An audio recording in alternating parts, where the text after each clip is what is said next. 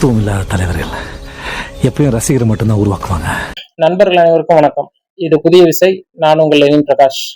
இன்றைய காணொளியில் லெபனான் மீது இஸ்ரேல் மேற்கொண்ட போரை பத்தி தான் பார்க்க போறோம். பிப்ரவரி 28 அமெரிக்கா மற்றும் இஸ்ரேல் ஒருங்கிணைந்து ஈரான் மீது போர் துவங்கினது நம்ம எல்லாத்துக்குமே தெரியும். அதுல இருந்து 2 நாள் தள்ளி மார்ச் 2 ஒரு பக்கம் இஸ்ரேல் தெற்கு லெபனானை ஆக்கிரமிக்க துவங்கிருச்சு. தெற்கு லெபனான்ல மேற்கொண்ட போர் நடவடிக்கை மூலம் 20 லட்சம் மக்கள் புலம்பெயர்ந்ததா கூறப்படுது. போர்ல 2000 மக்கள் கொல்லப்பட்டிருக்கிறாங்க. ஆனா இந்த போர் பாத்தீங்கன்னா பெரிய அளவுல மக்கள் கவனத்துக்கு வரலன்னு தான் சொல்லணும். ஏப்ரல் 8 அமெரிக்கா மற்றும் ஈரானுக்கு இடையேயான போர் தற்காலிக நிறுத்தம் செய்யப்படுது. அதற்கு பிறகு இந்த போர் பெரிய அளவுல உலகத்தோட கவனத்துக்கு வருதுன்னு தான் நம்ம சொல்லணும். இப்ப அமெரிக்கா ஒரு சில ப்ரப்போசல் வைக்கிறாங்க போரை நிறுத்துறதுக்கு. அதே மாதிரி ஈரானும் ஒரு சில ப்ரப்போசல் வைக்கிறாங்க போரை நிறுத்துறதுக்கு. அப்படி ஈரான் வச்ச ப்ரப்போசல்ல முக்கியமான ஒரு விஷயம், நீ லெபனானை அடிக்க கூடாது. இஸ்ரேல் இது சர்வதேச அரங்குல மிகப்பெரிய ஒரு இனப்படுகொலையாகவும் மிகப்பெரிய அளவுல ஒரு ஹியூமனிடேரியன் கிரைசிஸாகவும் இது பார்க்கப்படுது.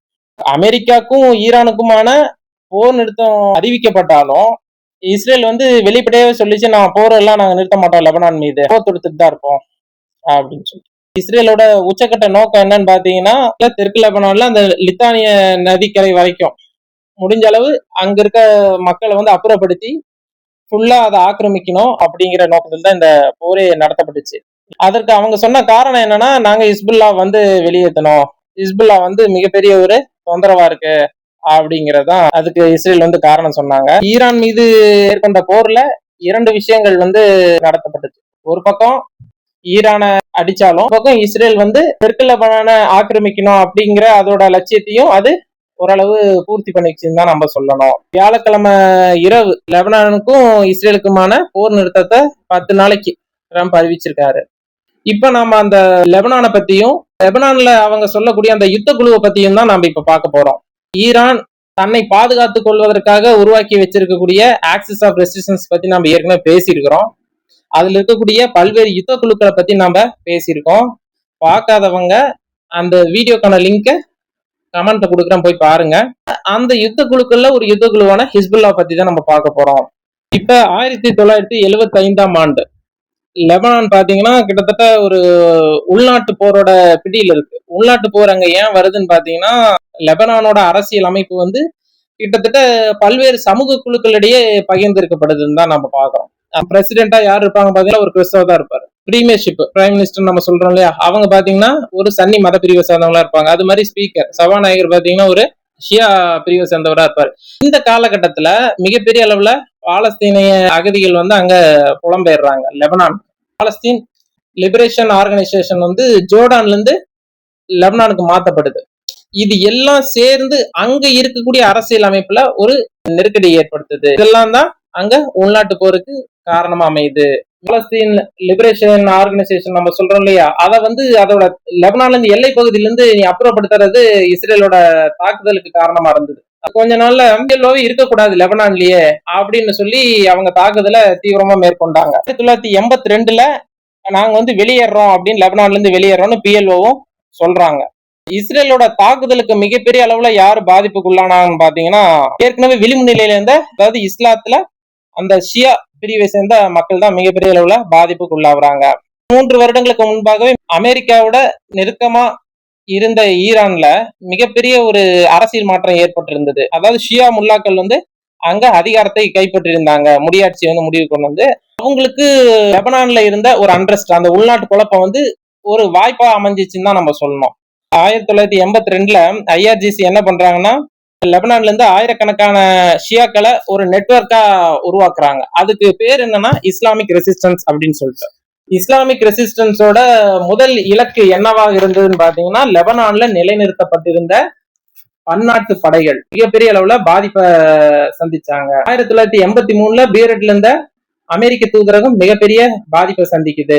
அங்க 63 பேர் கொல்லப்படுறாங்க. அதுக்கு பிறகு அக்டோபர் மாதம் 305 அமெரிக்க மற்றும் பிரெஞ்சு படையினர் கொலை செய்யப்படுறாங்க அவங்களோட கொரில்லா யுத்தத்தின் மூலமா. தொடர்ச்சியான தாக்குதல் மூலமா இந்த பன்னாட்டு படைகள், அதாவது மல்டிநேஷனல் போர்ஸ் சொல்றோம்ல, எம்என்எஃப் லெபனான்ல இருந்தே வெளியேறாங்க. இஸ்லாமிக் ரெசிஸ்டன்ஸுக்கு கிடைச்ச மிகப்பெரிய வெற்றி 1985ல அவங்க வந்து வெளிப்படையாவே அறிவிக்கிறாங்க. இஸ்லாமிக் ரெசிஸ்டன்ஸ் வந்து மிகவும் விசுவாசமா இருக்கும். யாருக்கு? ஈரானிய உச்சகட்ட தலைவருக்கு கொமேனிக்கு வந்து நாங்க விசுவாசமா இருக்கோங்கிறாங்க. இன்னும் ஒரு சில தகவல்கள் என்ன சொல்லுதுன்னா, ஹெஸ்புல்லா அப்படிங்கிற பேரே அயத்துல்லா கொமேனி வச்சதுதான் அப்படின்னு சொல்லப்படுது. ஹெஸ்புல்லான்னா பார்ட்டி ஆஃப் காட், கடவுளின் கட்சி அப்படிங்கிற பொருள். சில வருடங்களுக்குள் ஹெஸ்புல்லா பாத்தீங்கன்னா சமூகம், அரசியல், ராணுவம் அப்படிங்கிற பல்வேறு பிரிவுகள்ல வலிமையா ஃபார்ம் ஆகுறாங்க. அதோட வேர் வந்து லெபனான்ல ஆழமா வேர் கொண்டுருச்சுன்னு தான் நம்ம சொல்லணும். ஹிஸ்புல்லாவோட குறிக்கோள் என்னன்னா, தெற்கு லெபனான இஸ்ரேலோட ஆக்கிரமிப்புல இருந்து விடுவிக்கிறது தான் அவங்களோட மிகப்பெரிய குறிக்கோள் இருந்துச்சு. அதுக்கான தொடர்ச்சியான தாக்குதலும் மேற்கொண்டுட்டே இருந்தாங்க. இப்ப கட்சியோட கட்டுமானம் பாத்தீங்கன்னா கிட்டத்தட்ட ஒரு கம்யூனிஸ்ட் பார்ட்டி மாதிரி தான் இருக்கும். உச்சக்கட்ட தலைவர், அவருக்கு கீழே ஒரு பொலிட் பியூரோ இருக்கும். அதுக்கு அவரு அந்த பொலிட் பியூரோவோட கான்டாக்ட் பண்ணுவாரு.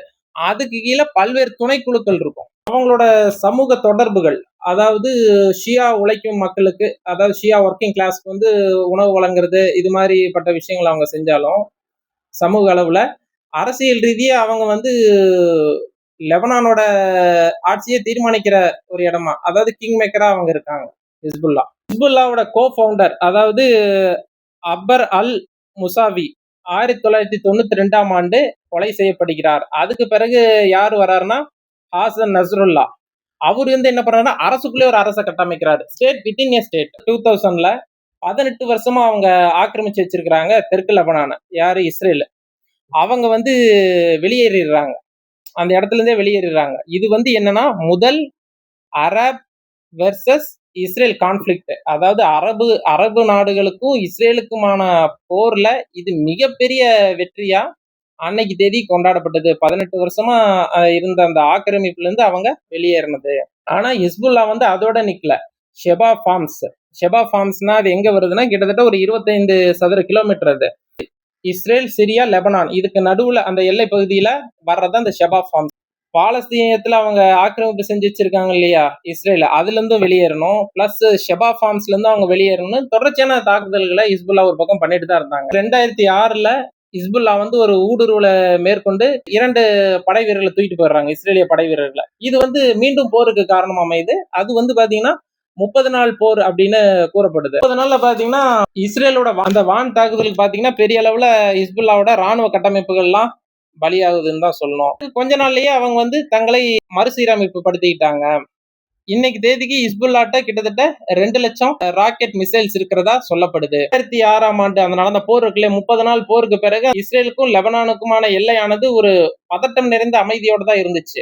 2023ல காசா மேல வந்து போர் தொடுத்தாங்கல்ல இஸ்ரேல், அதுக்கு பிறகு இவங்க சகோதரத்துவ அடிப்படையில காசா மேல இருக்கக்கூடிய அன்பின் அடிப்படையில அவங்க பெரிய அளவுல ராக்கெட்டுகளை வந்து வீசினாங்க.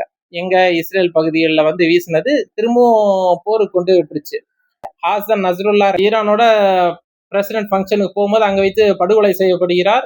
ஹாசன் நஸ்ருல்லா கொலை செய்யப்பட்ட பிறகு 3 மாதம் கழிச்சு ஈரானுக்கும் ஹிஸ்புல்லாக்கும் இணைப்பு கண்ணியாக இருக்கக்கூடிய சிரியாவின் பஷார் அல் அசாதோட ஆட்சி வந்து கவிழ்க்கப்பட்டோன்னு ஹிஸ்புல்லா வலிமை இழந்துருச்சு, பின்னடைவை சந்திச்சிச்சு அப்படின்னு கூறப்பட்டாலும், இப்ப சமீபத்துல மார்ச் 12க்கு பிறகு அவங்க நடத்தின தாக்குதல் இருக்குல்ல, அதாவது நம்ம சொன்னோம் மார்ச் 2ஆம் தேதி இஸ்ரேல் வந்து லெபனான் மீது தாக்குதல் துவங்கிருச்சு அப்படின்னு சொல்றோம். மார்ச் 12க்கு பிறகு மிகப்பெரிய அளவுல தாக்குதலை நடத்தினாங்க இஸ்ரேல் மீது.